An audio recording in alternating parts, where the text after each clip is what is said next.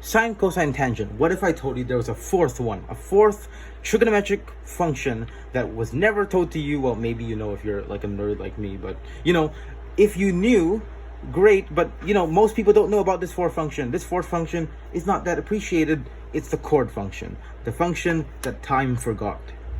The chord function. Well, what apparently is the chord function? Well, if you saw my trigonometry video where I explained trigonometry in a more geometrically intuitive way compared to the ratios, which I highly recommend you watch, it's really helpful.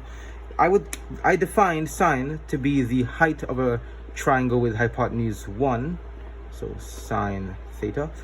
Cosine was the base of a triangle with hypotenuse 1, and tangent was the gradient, aka rise over run, aka sine theta over cosine theta, rise over run. That's going to be the tangent theta, aka the gradient of the hypotenuse line. And remember, these are all for right angled triangles. Remember that, that's very important. Now, what about the chord function? How does it fit here? What is the chord function? There's nothing that the chord function can be doing because pretty much all bases are covered. Well, in order to know what the chord function did and what was its purpose, is to look back on the history of trigonometry. Well, it all comes back to the ancient Greeks. Well, obviously, almost everything in math, science, and philosophy goes back to the ancient Greeks. They pretty much invented geometry with Euclid, Pythagoras, and, the Elements, a very famous book. So, essentially, if we had an angle theta that subtended a chord, it created a chord within the circle, this chord, how would I know what's the relationship between this angle theta and the chord? Well, because the fact that if I increase theta, if I increase the angle theta, you would see that the chord gets bigger. Thus, there is a relationship. Thus, we've proven a relationship exists. So because there's a relationship between theta and the chord, we can create a function, because functions are always showing of relationships. So functions always represent the relationship between two variables.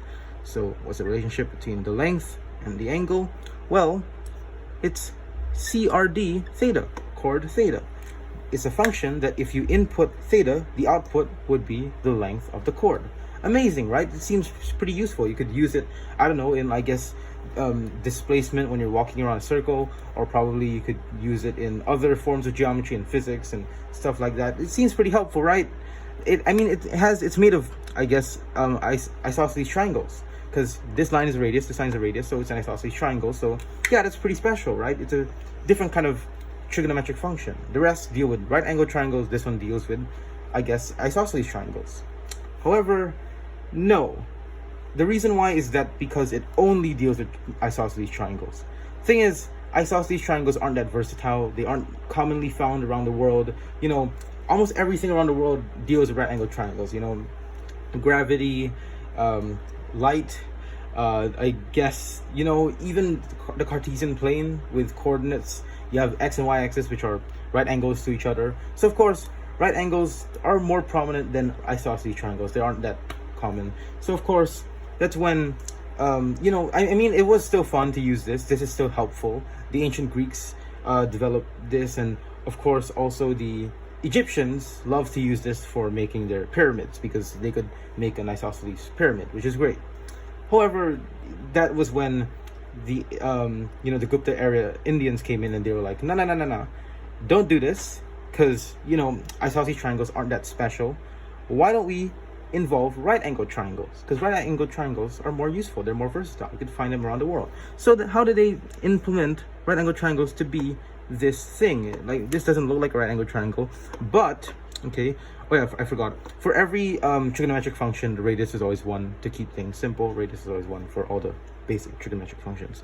So how do I make a right angle? Well, this is a chord, and it's a circle property that if I drew a radius, there can be a radius that is perpendicular to the chord. That means what I'm going to do, I'm just going to ignore this angle for a bit.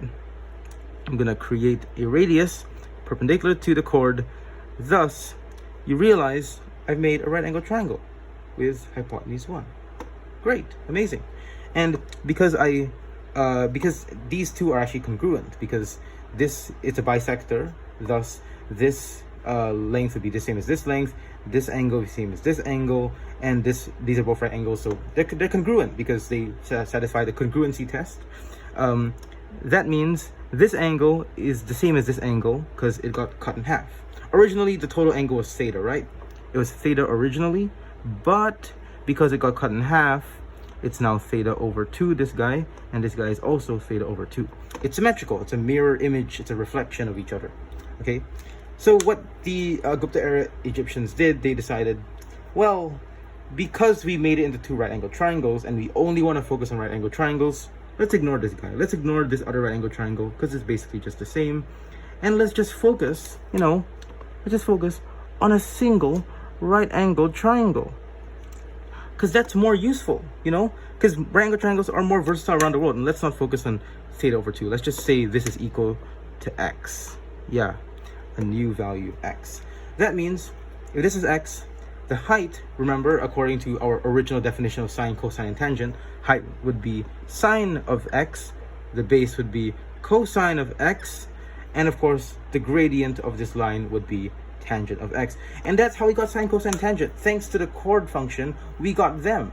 The chord function was sacrificed, but his sacrifice was a noble one because we got sine, cosine, tangent. Amazing, right? So yeah, the chord function did kind of help in the creation of modern trigonometry.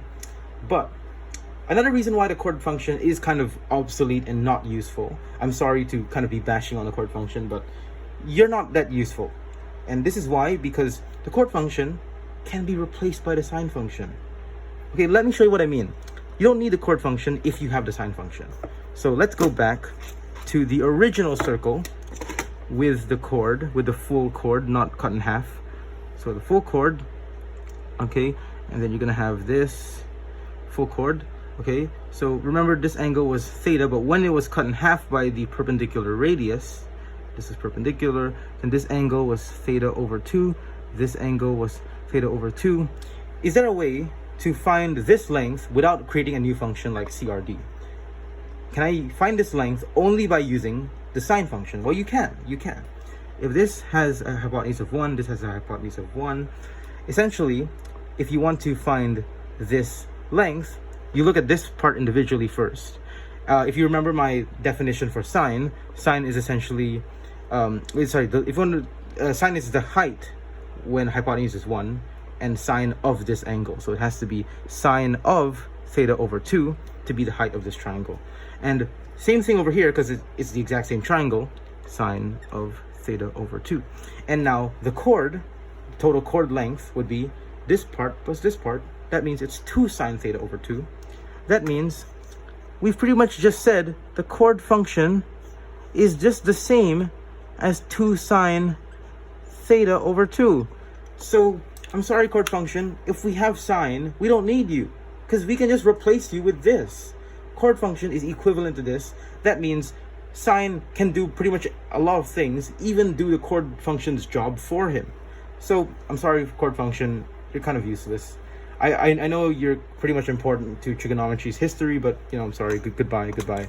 No, yeah, but I mean, I still appreciate it for being a pretty cool function. It's an amazing function, and I would say it is still essential to the trigonometry's history, and pretty much I would count it as the fourth function. It's like the fourth Beatle for the trigonometry.